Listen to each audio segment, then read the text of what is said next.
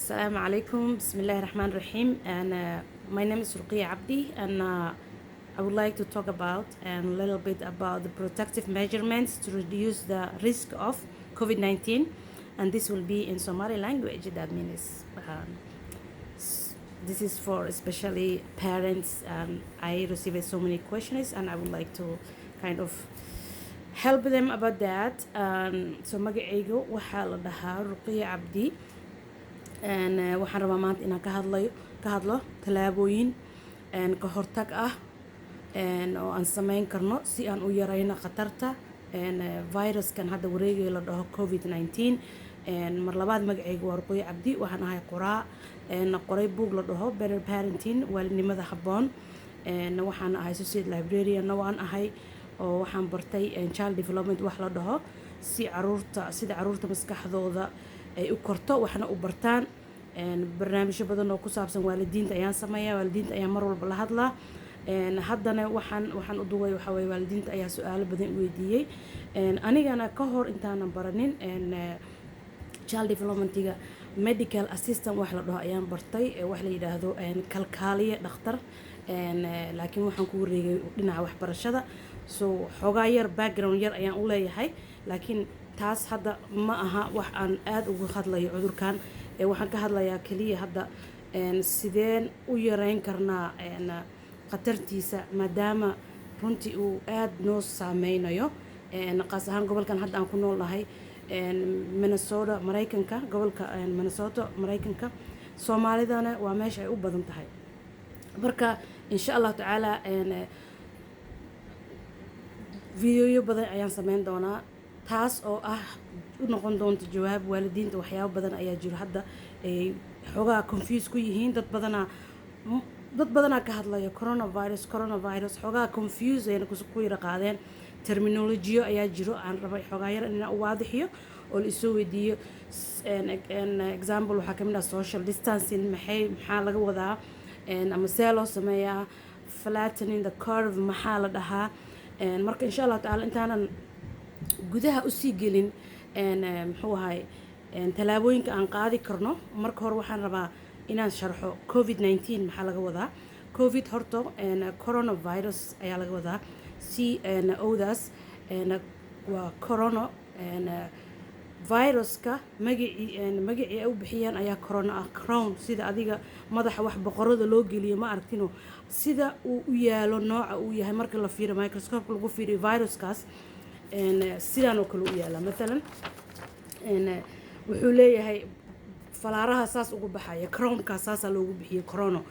viruskaas. D-dana waa disease, covid aan dhahnay disease waaye. 19kana sanadkii cudurkan soo shacbaxay oo ahayd dhowrkii bilood ugu dambeeyay sanadka la soo dhaafay 2019ka. marka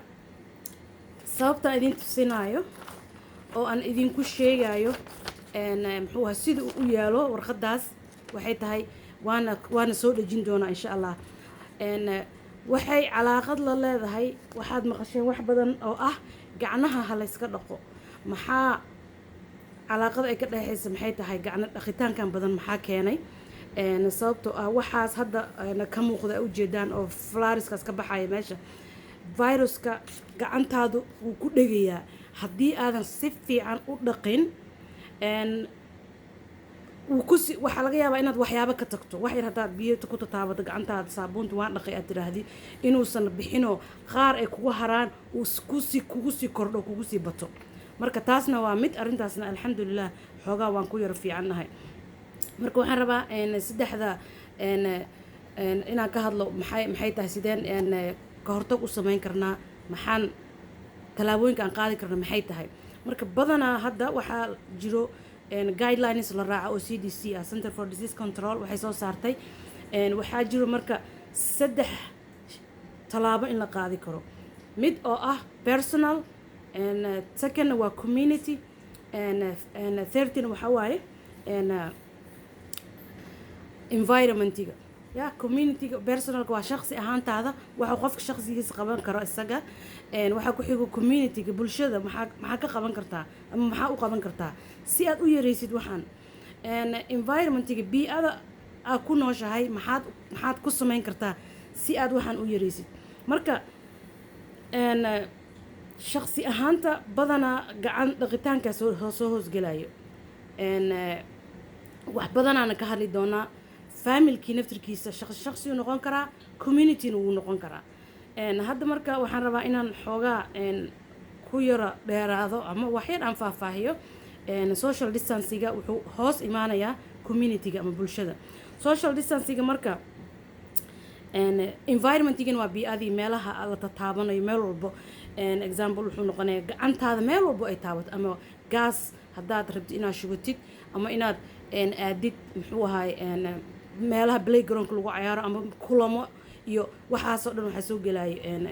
environmentiga laan alaabtii iyo kuraastii wixii aad taabanaysaa hadda marka communityga social distancing haddaan sheegno maxaa laga wadaa goolkiisana muxuu yahay waxa wixii laga wada haddaad baratid iyo siduu yahay ujeedada loo dhahay social distancing in laga fogaado bulshada maxaa keena maxay faa'iido keenaysaa marka hore waxaa maqalnay social distancing haddana waxaa kaloo jiro in la dhahay 6 feet 6 talaabo ha kuu jiro qofka qunfacayo ama hindhisayo adi marka haddii 6 talaabo ka yar haddii qofka uu kuu jiro waxaa laga yaabaa viruskii inuu kugu dhaco adoonan dee afka xataa hadduu ku daboolan yahay sankuu kaa geli karaa ama meelahanuu kaa taaban karaa markaasaa gacantaadiya ku taabani sankaadiya sii taabani wuu kusii viruska meesha kusii faafaya marka saasaa u qaadaysaa marka hadda warqadan waana idinla sheergarayn doonaa qofka marka hadda neeftiisa qunfaca iyo hindhisada marka qofka intaan inuu kuu jiro waa qofka marka qabay haddii uu sameeyo dhibicdaasoo kale marka waa viruskii way ku aadaysaa laakiin waxaa la yidhi 6 feetkaas 6daas 3 ma dhaafi karo viruska wuu yaro culus yahay waataan idiin tusiyey siduu u yaalo marka wuu culus yahay 3 talaabo intuusan gaarin dhulku ku dhacayaa la yidhi haddii qofka uu kuusii dhow yahayna waxaa laga yaabaa inuu adigu korkaada ama dharkaada iyo ku dhaco hadhow dee dharkii iska bedelaysaa jaakadiiad bixine ama cambuurkiiad bixine qamaarkiiad bixine marka intaad sii bixinays gacantaada sii taabanaa haddana viruska saasuu kugu gelayaa ka dheeraa waxa lagu dhahayo qofka waa saas anaga xoogaa yar marka xoogaa intaasaa dhib ku qabnaa waan isjecelnahay dad waxaan nahay wada dhaqmo diinteena waxayna faraysaa dee inaanan kala faanin haye saataha ma fiicantaa gacantii la isku salaamin ayadoo la yiri gacantii oo la qarinaayo hoosta la iskaga jiraa hadda dukaamada iyo Soomaalida kale hadda marka meelahay moolash iyo markii la aado waxa kale jirto ilmaha iskuuladii way joogaan guriga joogaan laakiin playgroundka marmar waxa la aadaya meelihiina wad taabanaysaa marka waxaa loo baahan yahay in aan la sameynin sababta oo ah waxaa dhacaya dad badan inay xanuunsadaan la yiri ujeedada dhan waa saas loo taabana lagu leeyahay bixin banaanka ha aadin loo leeyahay waxaa la yareynayaa la yiri waxaa la rabaa flattening the curve ereyga la soo weydiiyey warqadan ayaan iyadana waan arki doontaan hadaad qortaan Google wad arkaysaan flattening the curve marka micnaheedu maxay tahay hadda mesela warqadan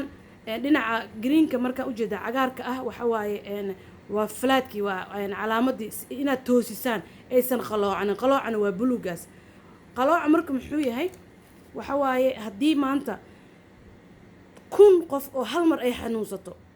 qalooca waxay noqonaysaa buluugu aadaya macnaheedu big qofkina oo yani dadkii waxay noqonayaan dad wada xanuunsan isbitaalkii markii la aadane dad diyaar u ah ma laha shaqaale oo daaweynayo dadkaas marka maxaa dhacayso dhimashadii badanayso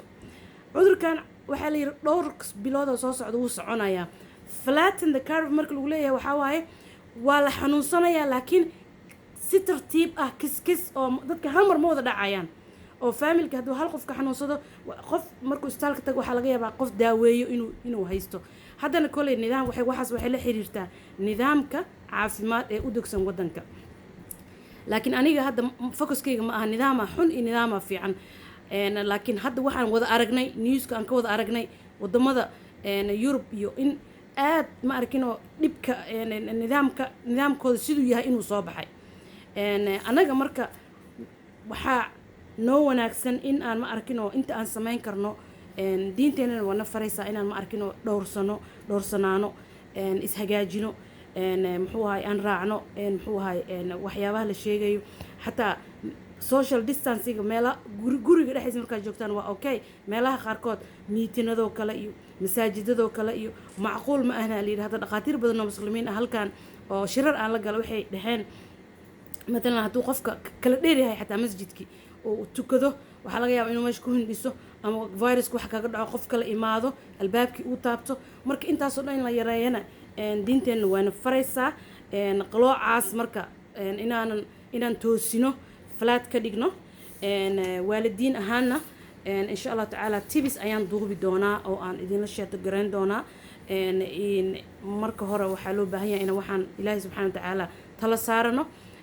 laakiin yareyntan faa'iido weyn ayaa noogu jirto oo anaga hadda مثلا dad waaweyn oo badan halkaan noo jooga haday dadkii wada xanuunsadaan meydadkii xataa dad waxa laga yaabaa calool xumo inay dadkii u bataan meydkii lama dhaqi karaa la yiri anagana meydkii waan dhaqna lama dhaqi karaa la yiri laana meydkii qofkii dhaqaaye infectionkii ku dhacay wuu isku dhiman karaa marka Ilaahay hanoo kaalmeeyo aan duceysano aan is ilaalin insha Allah taala ila mar dambe khayr iyo wanaag idin rajeynaya assalaamu calaykum